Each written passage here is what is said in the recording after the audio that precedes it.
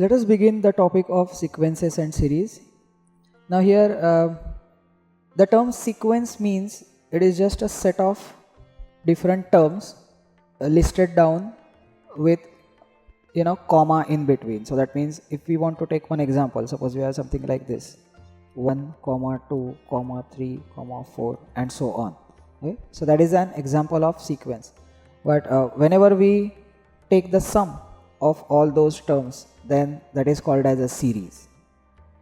Alright, so that is just a terminology related with these two numbers.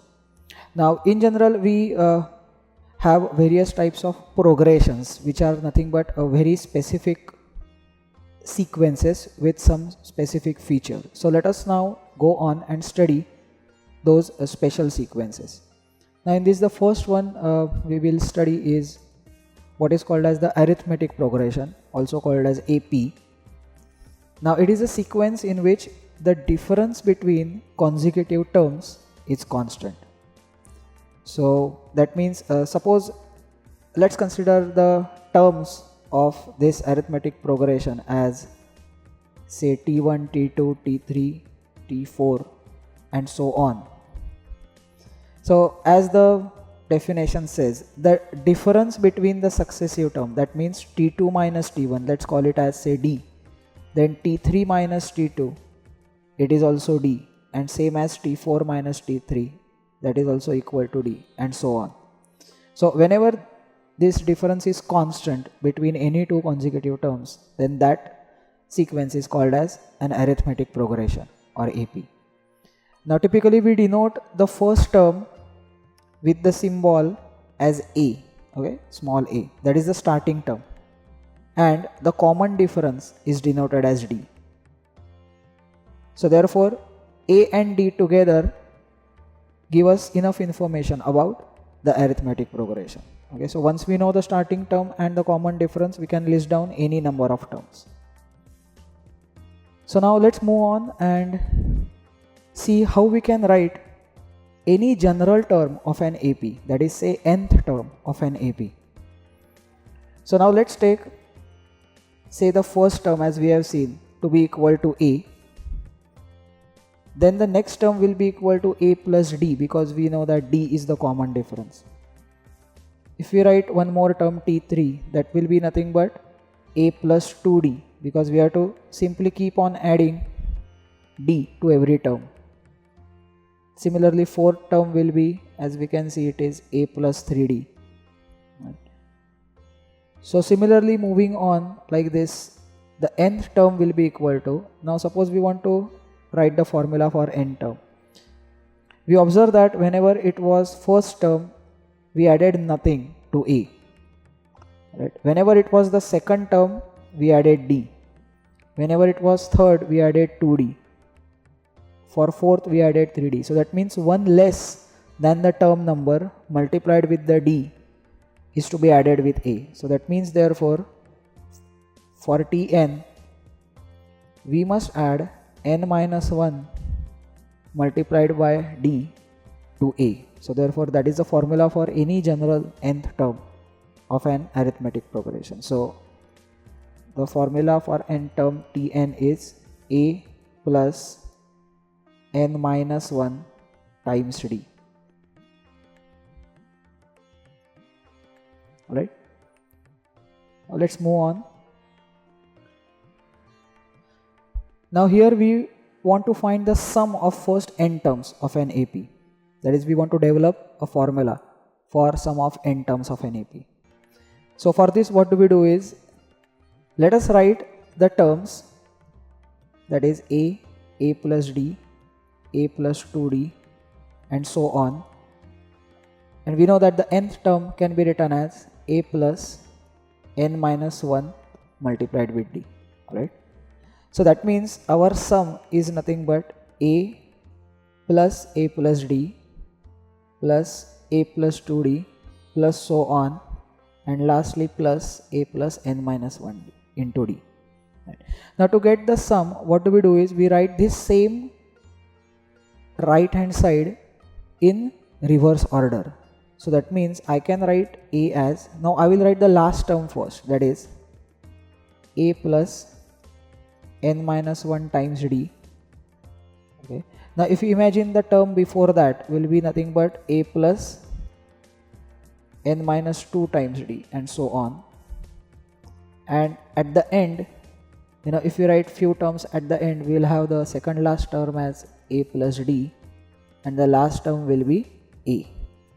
Now because of the symmetry, it will be clear that if we add the first terms in both of these expressions, we will get the same answer if we add the second terms of the two expressions. And similarly, even if we add the last terms of both the expressions, we will get the same answer. So that means if we add both of the equations, we will get on left hand side 2 times sum is nothing but, now addition of these particular corresponding terms is nothing but a plus a gives us 2a plus n minus 1 times d.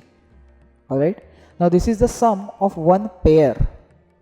Now accordingly there will be how many pairs? There will be n pairs because there are n terms on both sides of first equation as well as second equation. So therefore whatever sum we have got, we have to multiply with n, which is the sum of both of the right hand sides. So therefore finally s is nothing but, we will bring the 2 on right hand side and I will just rewrite the right hand side as n by 2 into 2a plus n minus 1 times d. Alright, we typically denote this as Sn, that is the sum of n terms.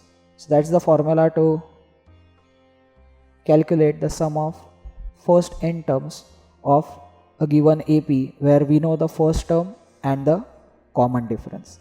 Now it is also interesting to note that this formula for Sn can be rewritten in slightly another way. That is nothing but n upon 2 into bracket. Now out of 2a, if we take up only 1, that is we just write a, then what remains in the bracket is a plus n minus 1 times d, which is nothing but the last term, that is the n term. So let me denote it as say L, which stands for the last term. So that means the sum of first n terms is nothing but n by 2 into first term plus last term, that is a plus L. So this is just another way of getting the sum of n terms, right? Now let's go ahead and see the next topic in this.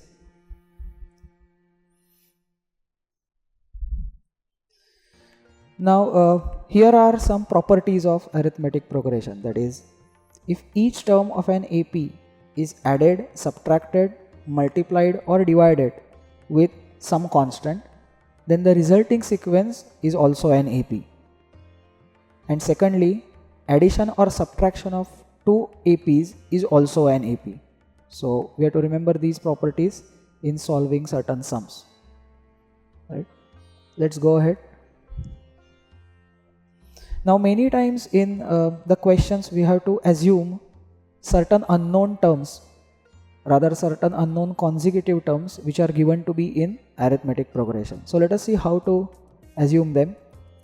Suppose we have to assume 3 terms which are unknown and they are given to be in AP. Now we may think that it will be good to assume the terms as a plus d and a plus 2d.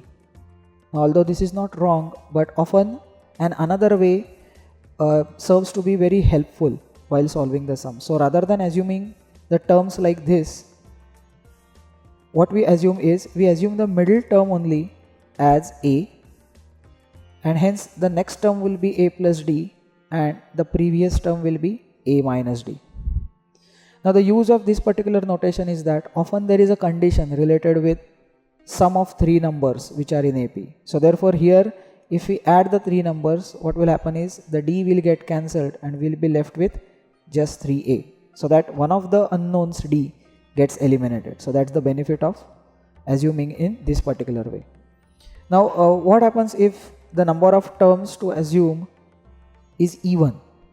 Now here we cannot take the advantage of the way that we assumed in a previous case. So here we have to assume the terms as a minus 3d, a minus d, a plus d, and a plus 3d. So no doubt here also the terms are symmetric, so that when we add all the terms, then all the d's will get cancelled and we will be left with only 4 times a. But the difference from the previous case is that now the successive difference is not d but it is 2d, alright, which is not the case as in the first example that we saw. So here the successive difference is 2d, whereas in the previous example the successive difference was d only, right? So that's the important point to keep in mind.